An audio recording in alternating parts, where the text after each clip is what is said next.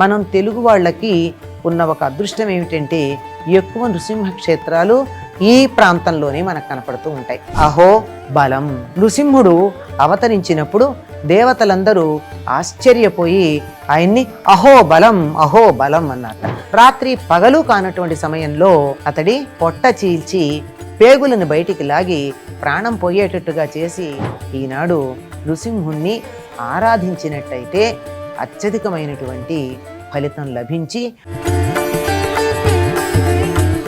మనం తెలుగు వాళ్ళకి ఉన్న ఒక అదృష్టం ఏమిటంటే ఎక్కువ నృసింహ క్షేత్రాలు ఈ ప్రాంతంలోనే మనకు కనపడుతూ ఉంటాయి. అహోబిలం కావచ్చు, సింహాచలం కావచ్చు, యాదాద్రి కావచ్చు, వేదాద్రి కావచ్చు, మంగళగిరి కావచ్చు, ఇలా ఎక్కడ చూసినా అత్యధికమైనటువంటి నృసింహ క్షేత్రాలు ఉన్నటువంటిది ఆంధ్రదేశమే.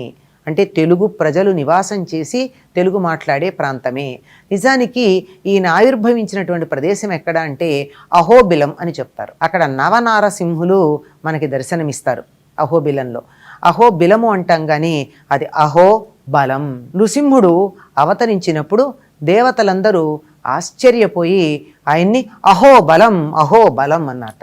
ఆహా, ఎంత బలం అని ఆయన్ని కీర్తించారు. ఇంతవరకు ఏ అవతారం భగవంతుడిది భూమి మీద అవతరించినా అది ఉదయం కానీ అపరాహ్న సమయంలో అంటే అభిజిత్ లగ్నంలో కానీ అవతరించడం జరిగింది. ఇదొక్కటే ప్రదోష వేళ. ఎందుకు అంటే ఈ అవతారానికి మూల కారణం, ఇది 4వ అవతారం విష్ణువు యొక్క అవతారాల్లో. మూల కారణం ఏమిటి అంటే హిరణ్యకశిపుడు తపస్సు చేసి తనకెవరి వల్ల మరణం లేకుండా ఉండాలని కోరుకున్నాడు. కానీ ఇది సాధ్యమయ్యేటటువంటి పని? బ్రహ్మగారు సృష్టి చేసినప్పుడు తన సృష్టిలో ఉన్న ప్రతిదానికి అంత్యకాలాన్ని నిర్ణయించక తప్పదు. అలాంటప్పుడు ఆ బ్రహ్మ సృష్టిలో ఒకానొక జీవి మరణం లేకుండా ఉంటాను అంటే అది సాధ్యమయ్యే పని కాదు గనక బ్రహ్మ ఇది నా వల్ల కాదు అన్నాడు. కాదు అంటే మరెట్లా? ఇంకేవైనా అడుగు, దానివల్ల దీనివల్ల అంటే నేను ఇవ్వగలను కానీ పూర్తిగా అయితే చెప్పలేను అంటే చిత్రమైనటువంటి కోరిక కోరాడు. మనుషుల వల్ల కాదు అని చెప్పి అందరి గురించి మానవుల వల్ల, దేవతల వల్ల, రాక్షసుల వల్ల, జంతువుల వల్ల, ఇలా అన్ని గణాలు అన్ని జంతువులు పేర్కొని పైగా తాను ఇంట్లో కాదు, బయట కాదు, రాత్రి కాదు, పగలు కాదు, జీవం ఉన్న పదార్థంతో కాదు, జీవం లేని పదార్థంతో కాదు, రెండు ఎక్కడుంటాయండి? ఇవన్నీ కలిసి ఉండేది ఎక్కడన్నా కుదురుతుందా? ఇలాంటి సందర్భంలో అటువంటి జీవం ఉండి లేని పదార్థం ఆయుధంగా, ప్రదేశమేమో ఇల్లు, బయట, అంతరిక్షం, భూమి ఇవేవి కానటువంటి ప్రదేశంలో ఎవరి చేత అంటే మానవుడు, జంతువు, దేవతలు ఇవేవి కానటువంటి వాడి చేతిలో అయితే పర్వాలేదులే అన్నాడు. మరి ఇన్ని రకాలైనటువంటి కోరికలు ఉంటే వీటన్నిటికీ సంబంధించినటువంటి వీటన్నిటినీ ఒక్కచోట చేర్చి ఒక రూపం అవతరించాలి గనక మహావిష్ణువు దానికోసం ఒక ప్రత్యేకమైన ప్రణాళిక వేసుకున్నాడు. కానీ ఎవరైనా తనని నిందిస్తే భగవంతుడు ఎప్పుడు పట్టించుకోడండి. అది కూడా ఒక రకంగా పూజ అవుతుంది కదా. తిట్టుకుంటే ఎక్కువసార్లు తలుచుకుంటారు మెచ్చుకోవటం కన్నా. అదే వైరభక్తిలో తన్ని తలుచుకుంటూ ఉన్నాడు, అతన్ని ఏం చేయలేదు. కానీ ఎప్పుడైతే తన భక్తుడైనటువంటి ప్రహ్లాదుణ్ణి బాధ పెట్టడం మొదలుపెట్టాడో, తనకి భక్తుడే కాదు హిరణ్యకశిపుడి కుమారుడు కూడాను, తన సొంత కుమారుడని కూడా ఆలోచించకుండా తన భక్తుణ్ణి బాధించటం మొదలుపెట్టాడో అప్పుడు ఆయన అవతరించాడు. ఎక్కడ అవతరించాడంటే ఎంతటి భక్త వరదుడో చూడండి. అందుకే ఆయన్ని భద్రం, భీషణం, భద్రం రెండూ ఉన్నాయి. తన్ని బాధించే వాళ్ళకి, భక్తి లేనటువంటి వారికి, తన భక్తుల్ని ఇబ్బంది పెట్టేవారికి భీషణంగా ఉంటాడు.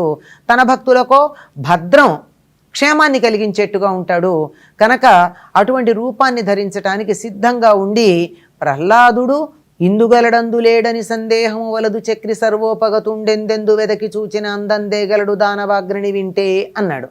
ఎక్కడ పడితే అక్కడ ఉంటాడు అని చెప్పగానే ఎక్కడ ఆయన పట్టాలనుకున్నాడో అక్కడ కనపడాలి గనక మొత్తం అంతా వ్యాపించి ఉన్నట్టండి. ఈ సందర్భంలోనే విష్ణువుకి సర్వవ్యాపి అన్న పేరు సార్థకమైంది అని అంటారు. స్తంభం చూపిస్తే స్తంభంలోంచి బయటకు వచ్చాడు. బయటకు వచ్చి ఎలాంటి రూపం?